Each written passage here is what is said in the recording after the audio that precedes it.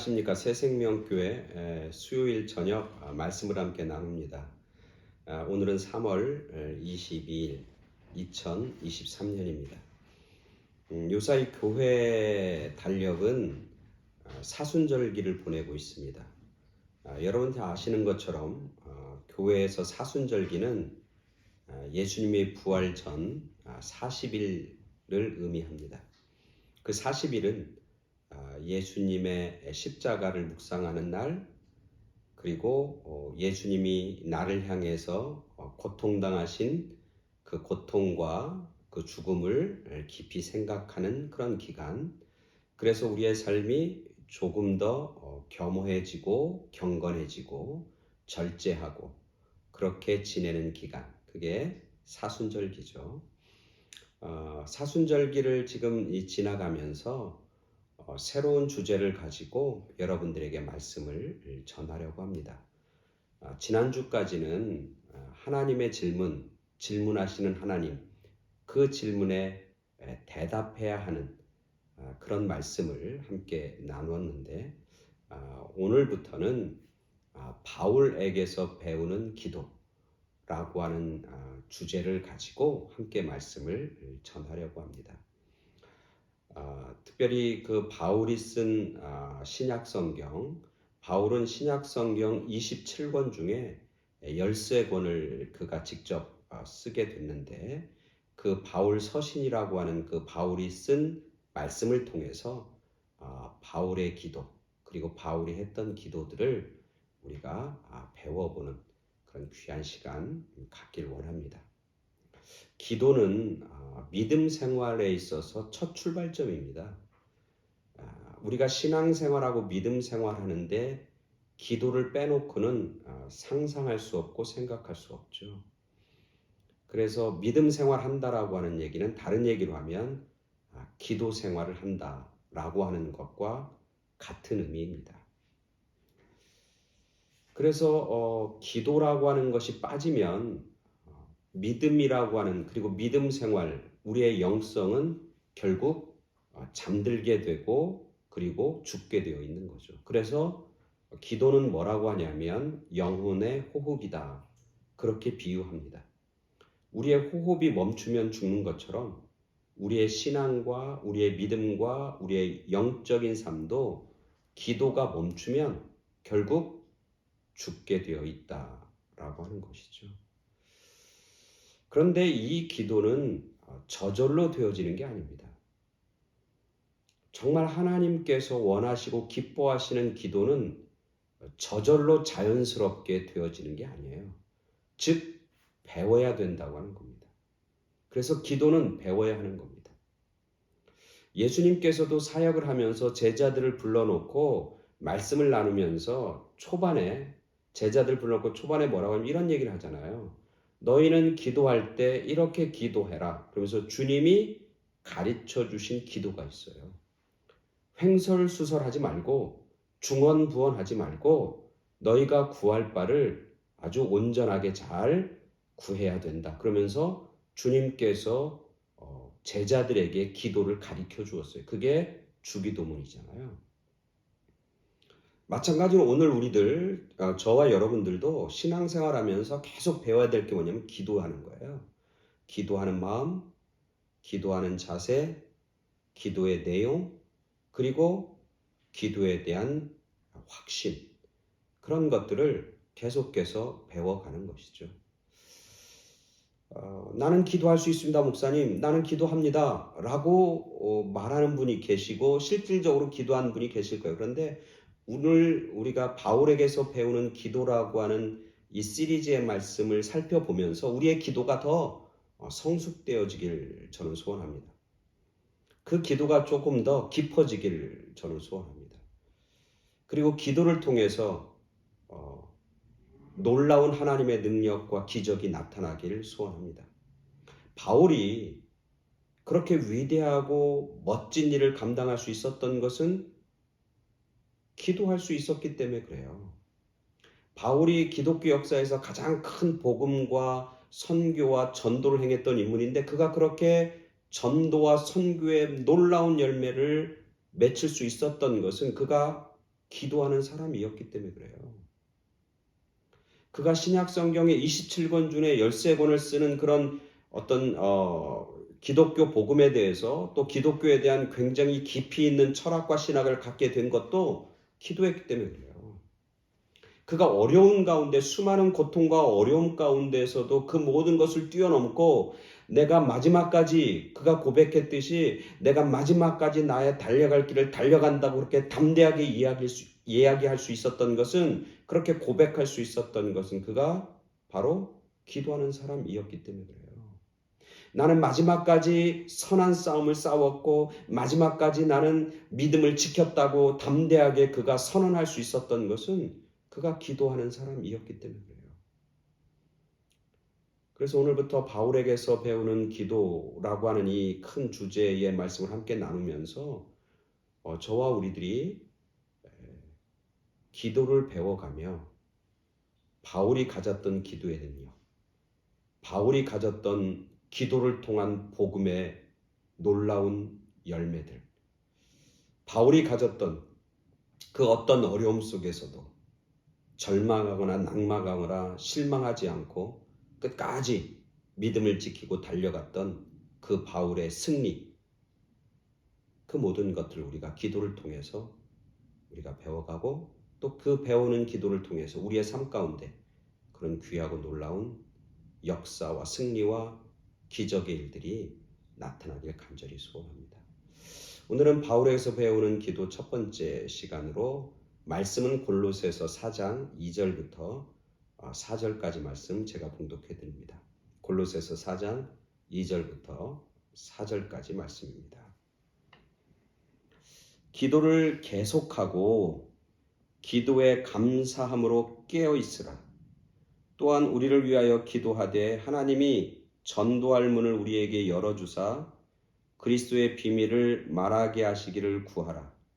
내가 이 일 때문에 매임을 당하였노라. 그리하면 내가 마땅히 할 말로써 이 비밀을 나타내리라. 아멘. 오늘 이 말씀은 바울이 로마의 감옥에서 쓴 편지입니다. 그래서 바울 서신 중에 옥중 서신이라고 전해지는 골로새서의 말씀입니다. 바울이 로마에서 감옥에 갇혀 있습니다. 사실 바울은 복음을 전하면서 자기의 복음의 대상자가 로마에 가서 복음을 전하고 싶은 그런 마음의 열정과 소원이 있었습니다. 뿐만 아니라 로마를 지나서 어디까지 가기를 원했냐면 지금의 스페인까지, 소위 말하면 땅끝까지 가서 복음을 전하고 예수를 증거하려고 하는 사명과 그런 하트가 열정이 있었어요. 결국 로마로 오긴 옵니다. 근데 죄인의 몸으로 이제 로마에 오게 되는 거죠. 그래서 지금 로마의 감옥에 갇혀 있습니다. 그 로마의 감옥에 갇혀서 골로새라고 하는 도시에서 믿음 생활하고 있는 성도들에게 쓴 편지가 오늘 우리가 읽은 골로새서의 말씀입니다. 오늘 이 말씀 속에서 바울은 이렇게 얘기합니다. 기도를 계속하고 기도에 감사함으로 깨어 있으라. 감옥 밖에 있는 성도들에게 권면하는데 뭘 권면하는 거냐면 기도를 권면하고 있어요. 기도를 쉬면 안 됩니다. 기도는 계속해야 합니다. 기도가 멈추면 여러분의 영혼의 성장이 멈춥니다. 기도가 멈추면 더 나아가서 여러분의 영혼이 죽습니다. 그래서 뭐라고 하냐면 기도를 계속해야 합니다. 오늘날 우리 신앙생활하는 우리 한국 교회들, 그게 뭐 이민교회든지 아니면 한국에 있는 한국교회든지 사실 교회의 능력과 파워가 많이 약해졌는데 그 약해진 것의 가장 근본적인 이유는 바로 기도가 약해졌기 때문이다. 저는 그렇게 확신합니다. 예전에 교회가 능력이 있을 때 그리고 교회가 파워가 있어서 교회에서 전하는 말들, 목사님이 전하는 말들, 교인들이 세상에 나가서 선포하는 그 말들이 힘이 있었어요.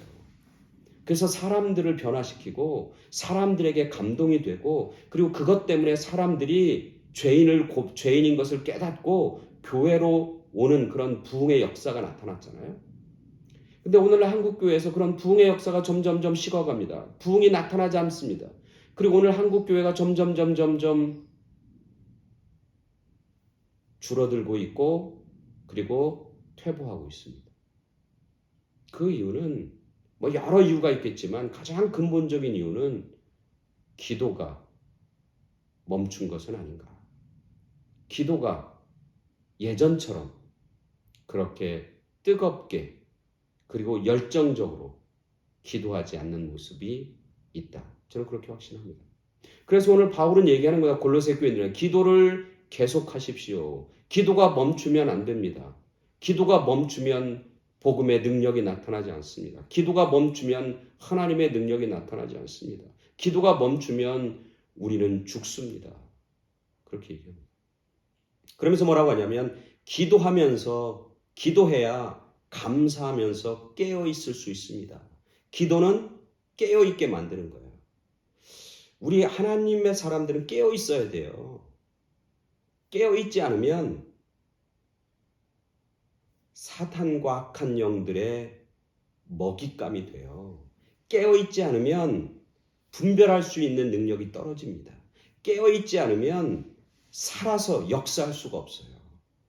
우리를 깨게 만드는 것, 그리고 깨어서 사단과 악한 영들의 먹이가 아니라 하나님의 일을 감당하는 사람이 되려면 기도해야 된다. 그렇게 바울이 권면하는 거예요. 오늘 말씀에서 두 번째 말씀을 보면 조금 의아합니다. 뭐 이렇게 얘기합니다. 또한 우리를 위해서 중보하라는 거예요. 우리 여기 감옥에 갇혀 있는 나를 포함해서 감옥에 있는 우리들을 위해서 기도하되 하나님이 전도할 문을 우리에게 열어주사 그리스도의 비밀을 말하게 하시기를 구하라. 내가 이 일 때문에 매임을 당하였노라.